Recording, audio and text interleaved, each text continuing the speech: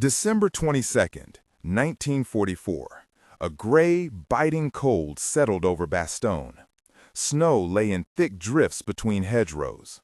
Artillery drummed somewhere beyond the town, a distant, steady percussion that made conversations jumpy and abrupt. Outside a bombed-out command post, a group of German officers unfolded a white flag and an ultimatum: surrender or face annihilation. Inside, Brigadier General Anthony McAuliffe, having been hauled out of a brief sleep, read the demand. He pushed the paper between two officers, stared at the neat German script, and, after a pause that felt like a small eternity to the weary men crammed into the room, wrote a single, blunt reply: nuts. It is a tiny story in the avalanche of World War II anecdotes, a single word that is danced through history courses and widely circulated books. Yet that curt refusal did more than punctuate the stubborn courage of the paratroopers in Bastogne. It encapsulated a way of fighting, an instinct deeper than mere bravery. It reflected an institutional habit of mind that had been cultivated for years. When hit, do not only hold, hit back. Not later, now. Not merely respond, reclaim initiative. That one syllable, half joking and entirely defiant, points to a larger truth that often surprises modern readers. The American propensity to counterattack aggressively in 1944-45 was not just heroism or luck.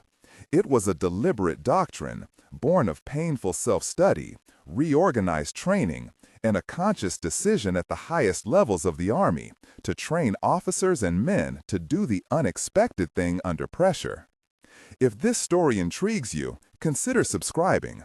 You'll get more deep dives like this one that peel back the surprising machinery behind famous moments of history. To make sense of Bastogne's nuts, we must go backward through 2 decades, to classrooms and parade grounds, to doctrinal debates, and to the men who decided the Army should be something other than the peacetime, cautious institution many imagined. The immediate author of the Army's wartime character was George Catlett Marshall. As Army Chief of Staff from 1939 to 1945, Marshall's fingerprints are all over the American military's transformation. But the roots of the transformation reach further back, into the interwar years, into the training fields of Fort Benning, and the heated arguments of staff colleges. That institutional lineage, diagnosis, experimentation, correction, and codification, produced officers who would, when the moment demanded, say nuts to a German ultimatum, and then strike back. George C. Marshall was not a romantic revolutionary. He was an organizer. His experience in the First World War left him uneasy about the peacetime Army's tendencies, a comfortable bureaucracy that prized procedure over initiative, checklist over judgment. The interwar Army retained habits from a different era. Long planning cycles, an officer corps often promoted by time and grade rather than demonstrated adaptability, and a training system that rewarded rote answers in classrooms more than judgment under stress. Marshall's diagnosis was blunt. If the United States had to fight a modern, mobile war, the Army would need officers who could think on their feet, who could make decisions in the fog of combat without waiting for orders from distant desks. That diagnosis shepherded a series of changes that began at places like Fort Benning. In the late 1920s and through the 1930s, infantry schools and staff colleges experimented with training not as rote transmission, but as a crucible for judgment. The methods were simple in description, but revolutionary in effect. Instead of lecturing officers about how a battle should unfold, instructors designed tactical walks, scenarios laid across actual terrain where officers would be forced to study the land, anticipate enemy moves, and make rapid decisions with incomplete information. Decision drills compressed the time available to plan. Commanders were given fragmented intelligence, inconsistent communications, and deliberately deprived of ideal conditions, and then told to act. After-action discussions did not punish the officer whose plan failed so much as probe why he had chosen that plan and how he might adapt next time. These training practices taught a habit of mind, to think in terms of options under pressure, to value initiative, to accept risk when it promised to seize the moment. They created a cultural expectation that junior officers would act, and that higher command would trust them to do so. That trust was not accidental, it was institutionalized. Commanders were encouraged to reward creativity in peacetime, even when it flouted established doctrine. At the same time, the Army increasingly identified and promoted officers who showed the kind of fast, decisive thinking that modern maneuver warfare required. By the late 1930s, a cadre of leaders, many still junior, were being groomed to lead a very different kind of force. That shift in personnel policy was not gentle. Marshall and those around him did not simply wait for attrition or retirement. They actively restructured the officer corps. Between 1939 and 1941, the Army moved to weed out officers whose thinking remained anchored in the old procedural habits. They were retired, reassigned, or held back from promotion. Contemporary accounts and later estimates suggest the number of officers relieved or forced into retirement ran into the hundreds.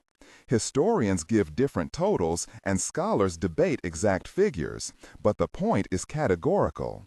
Marshall made personnel decisions designed to reshape the Army's culture. Estimate, roughly 600 officers relieved or retired before large-scale combat. Verify.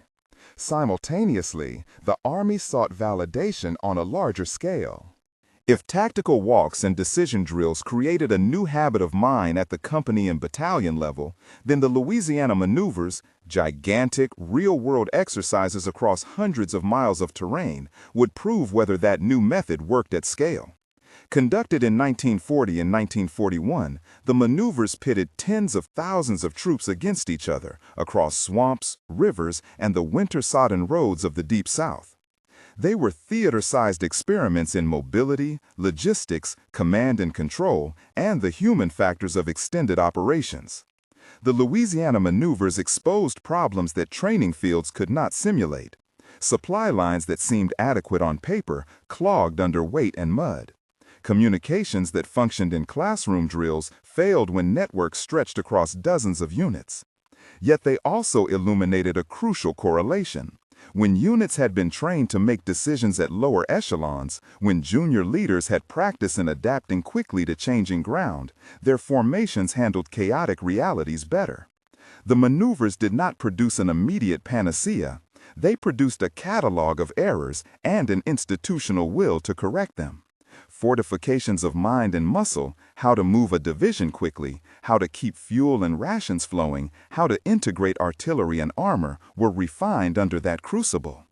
What emerged from Fort Benning and from the maneuvers was a doctrine that put speed and initiative at its heart. Not a reckless speed, a blind charge into enemy fire, but a disciplined tempo.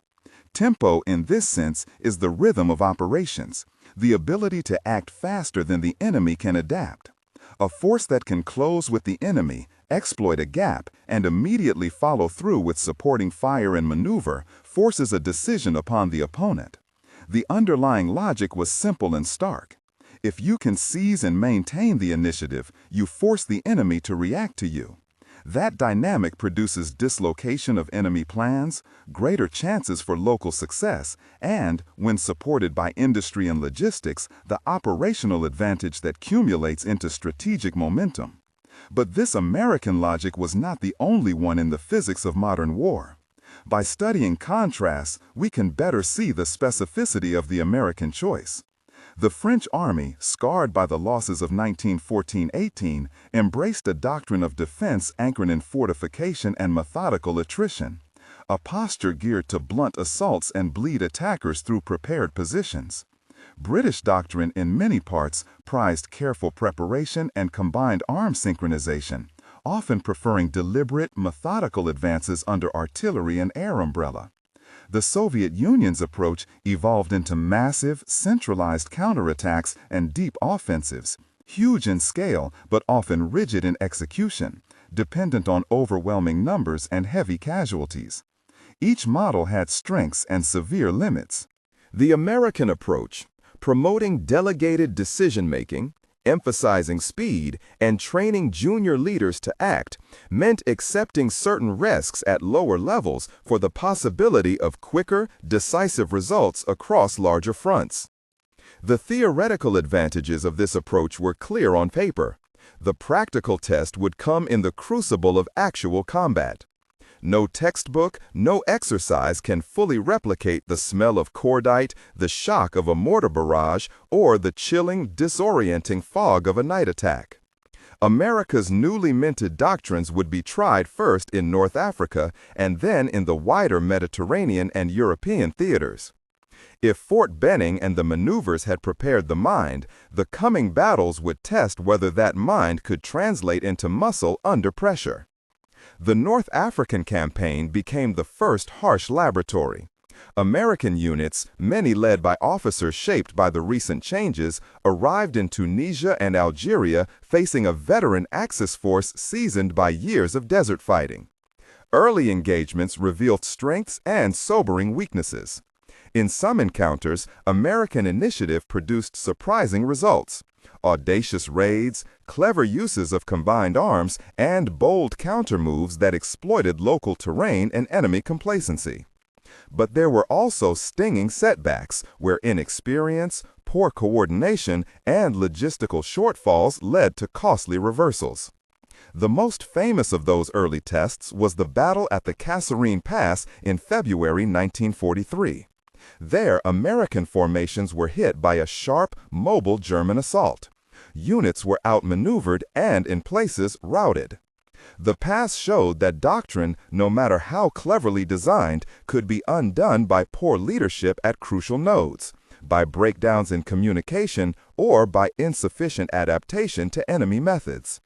Yet Kasserine also revealed a different critical trait of the American system: a willingness to analyze painful defeat, to replace ineffectual officers, to change tactics rapidly, and to relearn the hard lessons of battle. From the ashes of Kasserine came immediate corrective measures: new training emphases, improved staff work, and a sharper integration of armor, artillery, and air support. The tendency to improvise and then codify what worked allowed the U.S. Army to turn initial embarrassments into learning moments. This pattern, trial, hardship, correction, and institutionalization, is key to understanding why a one-word reply in a Belgian town carries such weight. The willingness to fight, to pay the price, and then to learn systematically from failure created a feedback loop that reinforced the doctrine of immediate counterattack. A local commander who had practiced decision drills at Benning and had seen his superiors reward initiative would be more likely to order an immediate counterstroke when a town came under threat. A staff officer who had been trained in the Louisiana maneuvers to plan for rapid resupply would push harder to keep fuel and ammunition flowing to a forward battalion. The culture amplified itself. This was, however, no free lunch. The doctrine of tempo and aggressive counterattack demanded certain structural enablers: a massive industrial base to replace losses, a logistics system that could deliver wings of ammunition and columns of fuel at short notice, and a manpower policy that could keep units replenished after fierce engagements. The United States provided these in quantities few adversaries could match, but doctrine without those enablers would have been brittle. This interplay between the mental habits trained in obscure classrooms and parade grounds and the tangible strength of factories and supply ships crossing the Atlantic was the hidden machinery of American operational power. It is worth pausing, even in this backstory, to look at the human side of institutional change. Reforms are not abstract. They affect careers, morale, and the ways men and women think about their obligations. An officer accustomed to waiting for orders might resent a system that demanded quicker decisions. Families might see the sudden reassignment of a father. Institutional reforms require leaders willing not only to conceive changes, but to enforce them and to absorb short-term disruptions for long-term gain. Marshall's decisions were unpopular in places. The purging of stubborn traditionalists left scars and accusations of favoritism. Yet there was a moral courage in choosing a path of reform, even when it meant making enemies inside the army. By the time American combat formations had been blooded and reshaped by those early trials, the practical doctrine of immediate counterattack had been written into manuals and habits. Field Manual 105, first published in 1941, articulated principles that privileged offensive action and initiative. In practice, orders emphasized seizing opportunities and countering enemy moves without waiting for perfect conditions. Manuals codified what Benning's instructors had practiced and what the maneuvers had reinforced.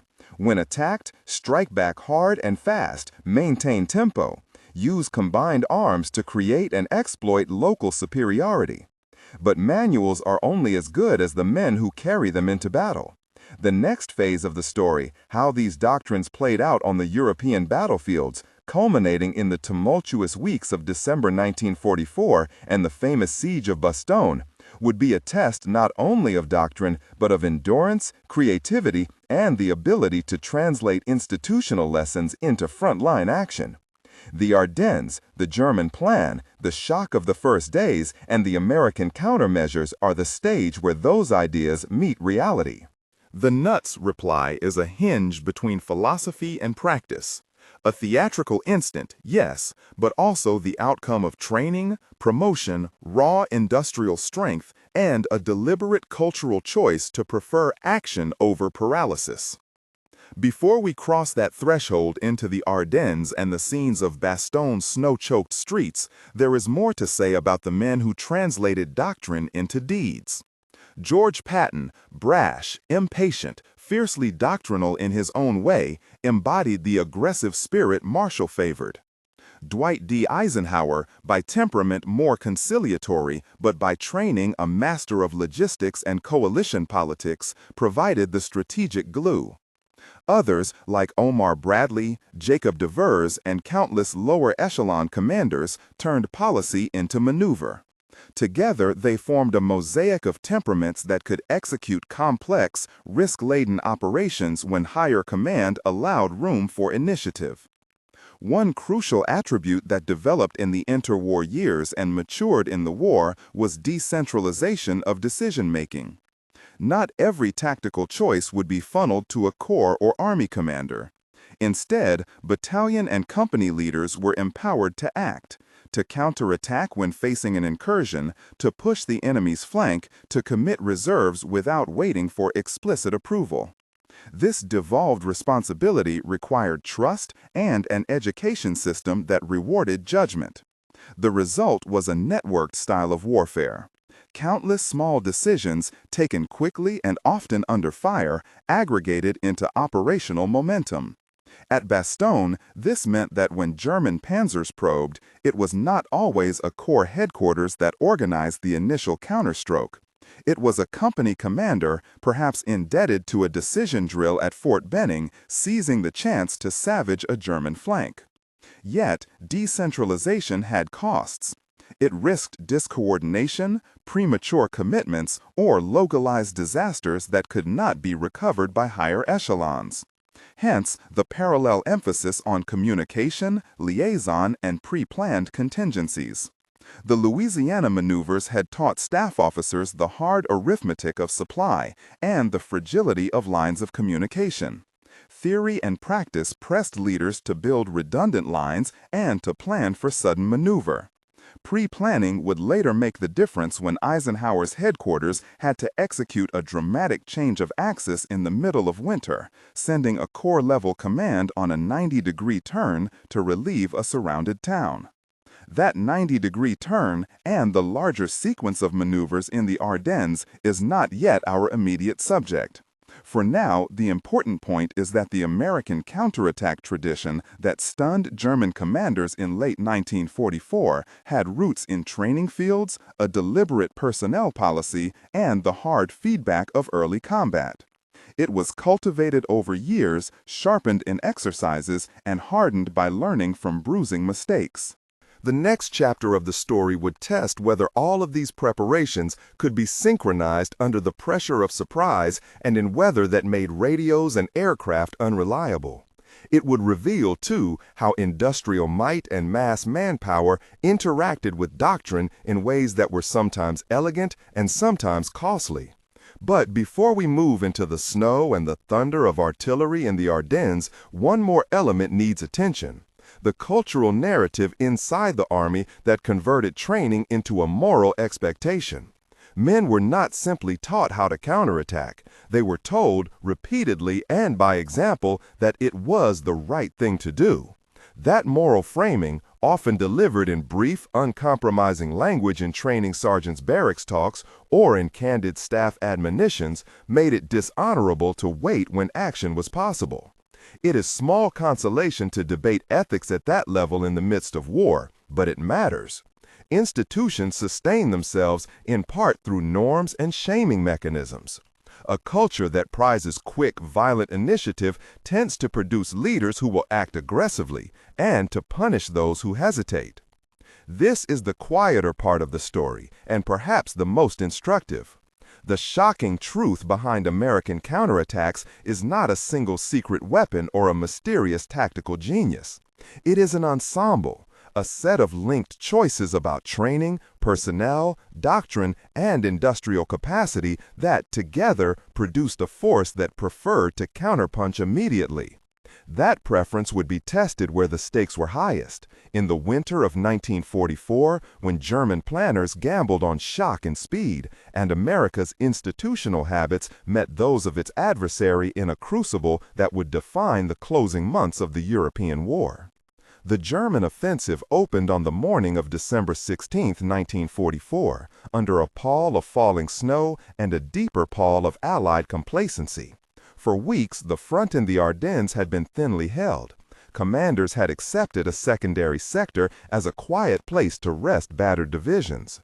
The Germans had chosen the seam deliberately, poorly scouted, wooded, full of narrow roads and hedgerows that concealed armor movements. Their aim was audacious: drive through the Ardennes, split the American and British lines, seize Antwerp, and sever the Allied supply chain. The plan, codenamed Wacht am Rhein, depended on speed, shock, and surprise. For a moment, with poor weather denying Allied air observation and with inexperienced formations in the path, the German gamble looked viable. The first days were a test of the American system at every level. Columns of German panzers punched gaps. Forward units were surprised. Communications were disrupted. Entire towns changed hands in frantic daylight and darker nights. But the initial German success concealed a problem the Wehrmacht had not fully solved: the ability to sustain an operational tempo against an opponent who, though unready in places, had built an institutional reflex to hit back. Across the Bulge, American soldiers, often junior leaders trained to act without waiting for distant permission, mounted immediate counterattacks, staged local ambushes, and plugged gaps with whatever force was at hand. These were not always elegant maneuvers. They were improvisations that bought time, bled the attacking formations, and forced the Germans to fight for ground they had presumed theirs. Small stories add up. A platoon leader, seeing tanks moving down a farm road, might call for an anti-tank ambush learned in a quick exercise months earlier. A battalion commander, recalling the drills at Benning and the hard talk about initiative, would commit a reserve company before telephone lines were cut. Artillery observers that had trained in firing danger close did not hesitate to bracket enemy columns with shells fired on coordinates barely beyond their own positions, an act that required nerve and precise calculation. These ad hoc counterstrikes were not always tactically decisive, but they imposed friction on the German timetable in precisely the way American doctrine hoped. They slowed the attacker, turned operational momentum into a grinding series of costly engagements, and denied the Wehrmacht the clean run it needed to reach Antwerp. Bastogne became the clearest condensation of those dynamics. The town was a road junction of outsized importance. 7 main roads met there, and its loss threatened to expose the entire American flank. The 101st Airborne Division, short on armor and assaulted by tanks and infantry, found itself surrounded by December 2021. The German demand for surrender and McAuliffe's laconic reply on December 22 have been told so often they verge on legend. But the reply's symbolic punch should not hide the strategic logic behind it. To refuse surrender was to declare, implicitly, the willingness to remain a thorn in the enemy's side. Bastogne's defenders did not merely hunker down. They probed, ambushed, and launched local counterattacks that forced Germans to divert forces into clearing operations. Each such diversion reduced the weight that could be thrown at the main axis of the advance. Above the tactical noise, higher headquarters worked a different set of levers. At Chef and in Eisenhower's headquarters, the strategic picture was grim. The German timetable threatened to rip open the Allied front and unravel the delicate logistics that fed armies across France and into Germany. Eisenhower faced hard choices: reinforce forward, pull back to a shorter line, or mount decisive counteroffensives. The argument that the Allies had to stand and smash the offensive found traction not simply in bravado, but in calculation. The longer German armor remained exposed and engaged in attritional fights, the less likely it could sustain a thrust to Antwerp. Here again, the American doctrine mattered. Rather than trade space for time indefinitely, Allied commanders increasingly chose to strike back when opportunity offered the chance to shape the battlefield. Patton's Third Army provided the most dramatic example of operational-level flexibility.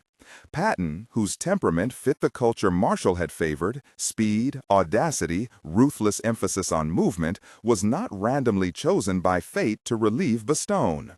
Much earlier, pre-war contingency planning and wartime practice had seen Patton's headquarters rehearsed for rapid pivots.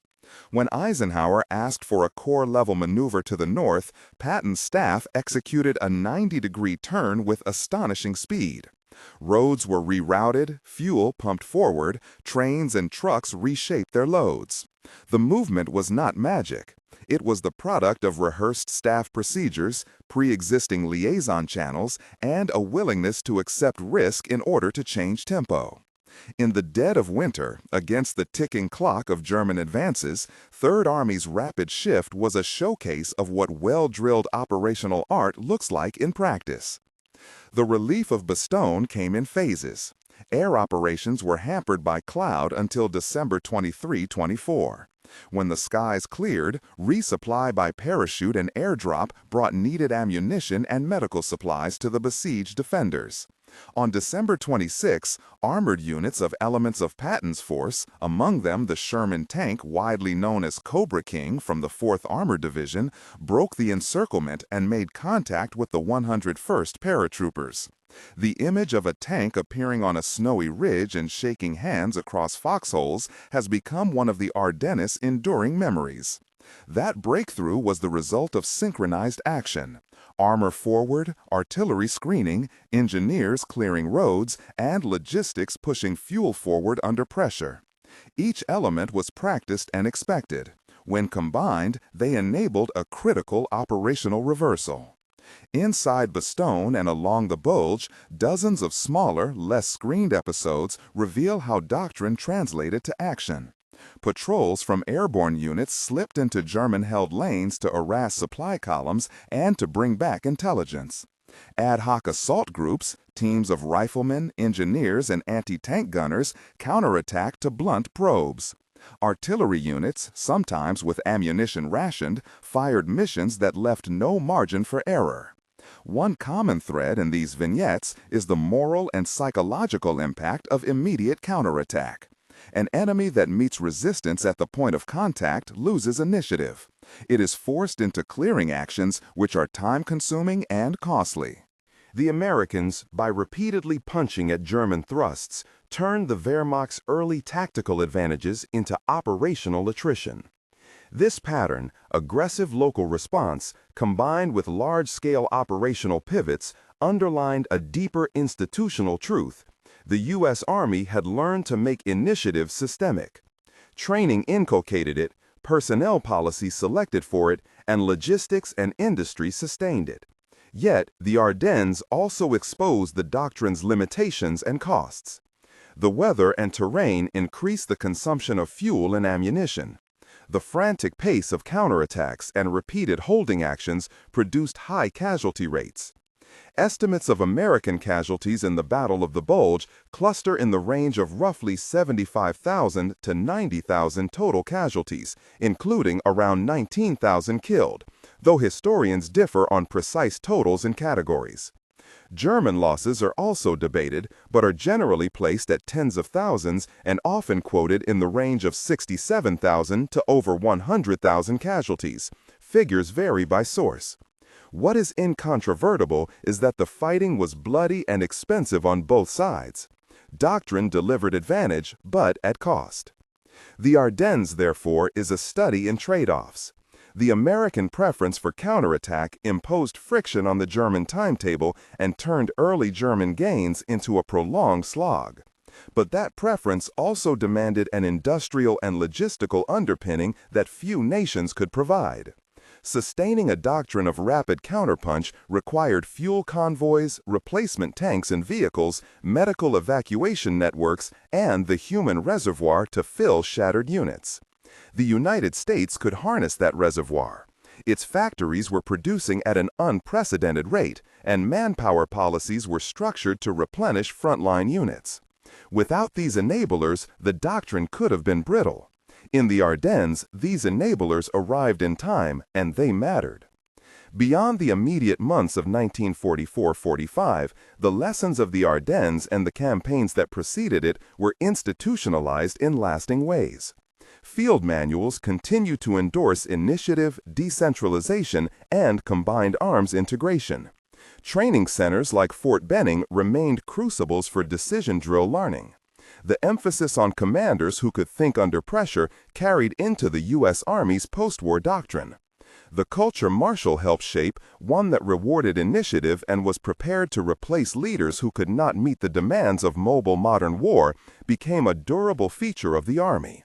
That institutional continuity ensured that the habits learned in one generation carried into the next, shaping how the U.S. fought in Korea, Vietnam, and beyond, albeit adapted to new technologies and political constraints.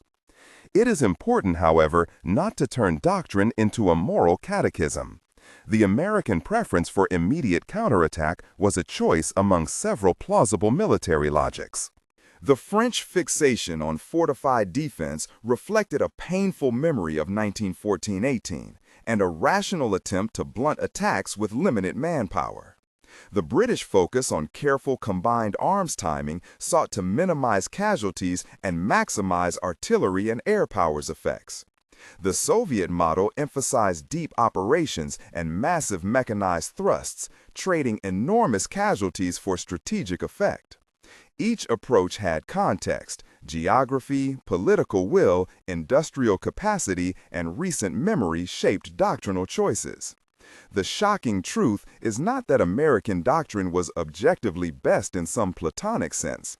It is that it was a deliberate choice, aligned with American industrial capacity and social willingness to sustain offensive operations. Its effectiveness in 1944-45 sprang from that alignment. Doctrine met resources.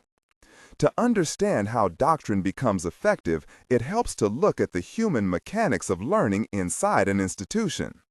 After Kasserine Pass, after early Mediterranean reverses, the Army did not simply write new manuals and hope for the best. It rotated commanders, modified training emphases, and rethought staff procedures. After-action reports were mined for hard lessons. Doctrine was revised not as dogma, but as an evolving practice. Officers who had failed in Tunisia were removed, others were promoted, and training cycles adjusted. This was not vindictive, it was adaptive. The military accepted attrition in the body of leadership as part of the price of producing better commanders for the field. That heavy-handed personnel practice contained moral complications. Careers ended, reputations tarnished. But it also produced a feedback mechanism that steadily improved performance. The Bastogne episode, when placed in this larger arc, reads less like a single luminous miracle and more like the concentrated result of that feedback. The nuts reply and the stubborn defense were the final act of a long play. Training created mentality, personnel policy shaped leaders, maneuvers revealed weaknesses to be corrected. Industry provided the material to keep fighting, and doctrine gave a repeated prescription. When hit, strike back. The combination was not inevitable.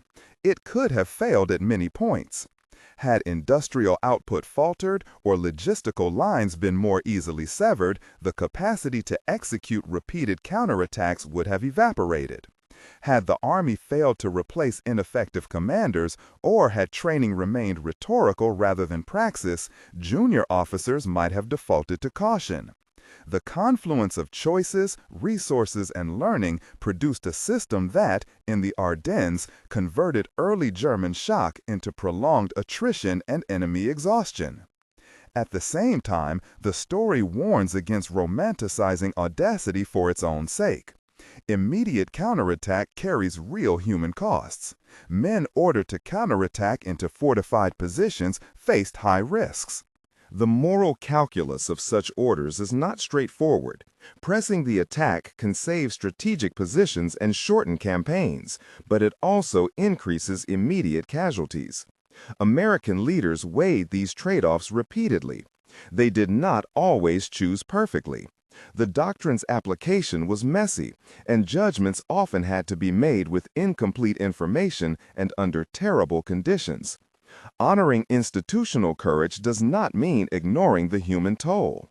In the larger strategic sweep, the Ardennes was one of the last German gambits to alter the war's direction.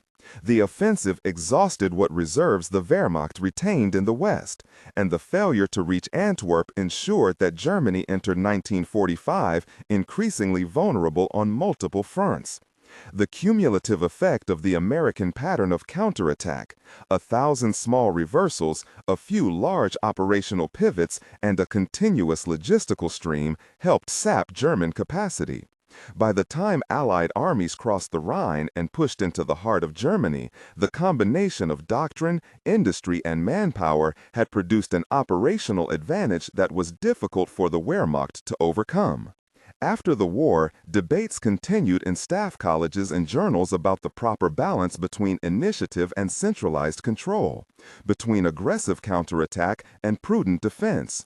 The U.S. Army's choices in 1944-45 were not immutable prescriptions. They were empirically derived practices that fit a particular balance of values and resources at a moment in history. In later conflicts, Korea's static phases, Vietnam's counterinsurgency, the deserts of the Gulf, the Army adapted those lessons to new realities, sometimes emphasizing firepower and preservation, sometimes mobility and decisive action, always carrying the DNA of interwar training and the hard lessons of World War II. There are concrete institutional legacies to name. Field manuals would be rewritten repeatedly, but the 1941 and subsequent editions of Field Manual 105 left an imprint, an emphasis on initiative and combined arms action. Training methodologies, decision drills, tactical walks, and live maneuver exercises remained central to officer development. Fort Benning, the Army War College, and combat training centers preserved and refined the idea that commanders must be educated to act under uncertainty. Personnel policies continue to balance performance assessments with the needs of a fighting force, albeit with more sophisticated evaluation mechanisms in later decades. If there is a single synthesis to carry away from this story, it is this. Calling the American response in the Ardennes shocking is justified not because it was inexplicable, but because it was the visible distillation of long-term, deliberate institutional choices. A curt one-word reply in a snowbound Belgian town was dramatic, but the meaning behind it was crafted across years of reform, experimentation, and painful correction. That is the real surprise. The Allies did not merely stumble into victory. They fought according to a cultivated habit of action, a doctrine deliberately chosen and materially supported. The surprise for many modern readers is that such a central wartime behavior, a preference for immediate counterattack, was not an accident of temperament or a lucky quirk of leadership. It was the product of strategy made concrete, training that taught decision, personnel selection that favored initiative, and logistics that made repeated attacks sustainable. That conclusion carries practical implications for how organizations, military and civilian, think about change. Doctrine does not spring fully formed from the minds of generals. It is made in classrooms and on muddy fields, in promotions, and in the painful pruning of ineffective leaders. When institutions make explicit choices about how they train, whom they promote, and what behaviors they reward, those choices ripple outward into operational outcomes. The nuts of Bastogne is an emblem of that causal chain, a cultural choice expressed as a tactical reflex that had strategic consequences. It also reminds us that the machinery of war is both technical and moral. Leaders choose doctrines that will cost lives. Societies must live with those consequences. The American habit of fighting to seize initiative shortened some campaigns and likely saved lives in later months by accelerating victory. It also imposed severe costs along the way. Historical judgment must weigh efficacy along the human toll. Recognizing how doctrine shaped outcomes is neither celebration nor condemnation. It is analysis, necessary if future leaders are to learn. In the final tally, the Ardennes stands as a moment when doctrine met opportunity and when institutional maturity was tested under brutal conditions. The German gamble failed not merely because tanks broke down or because winter favored defenders. It failed because the American army had learned, through painful experience, to convert surprise into resistance and resistance into counteroffensive action. That conversion was procedural and moral. It was planned and improvisational. It was trained and earned on the side of Europe. So the shocking truth behind American counterattacks in World War II is a surprisingly ordinary one: deliberate design. It is the product of leaders who diagnosed a problem, committed to long-term change, accepted costs in the short term to produce strategic agility, and then exploited that agility when the moment demanded. From Fort Benning's decision drills to Patton's rapid maneuvers, from the losses at Kasserine to the resolve at Bastogne, the story is less about a single brilliant tactic than about the cumulative power of institutional learning. If you've been intrigued by how doctrine and training can shape outcomes as much as tanks and numbers, leave a comment below. Where are you watching from, and which WW2 decision surprised you the most? If you found this deep dive useful, like and subscribe for more episodes that peel back the mechanisms behind famous moments in history.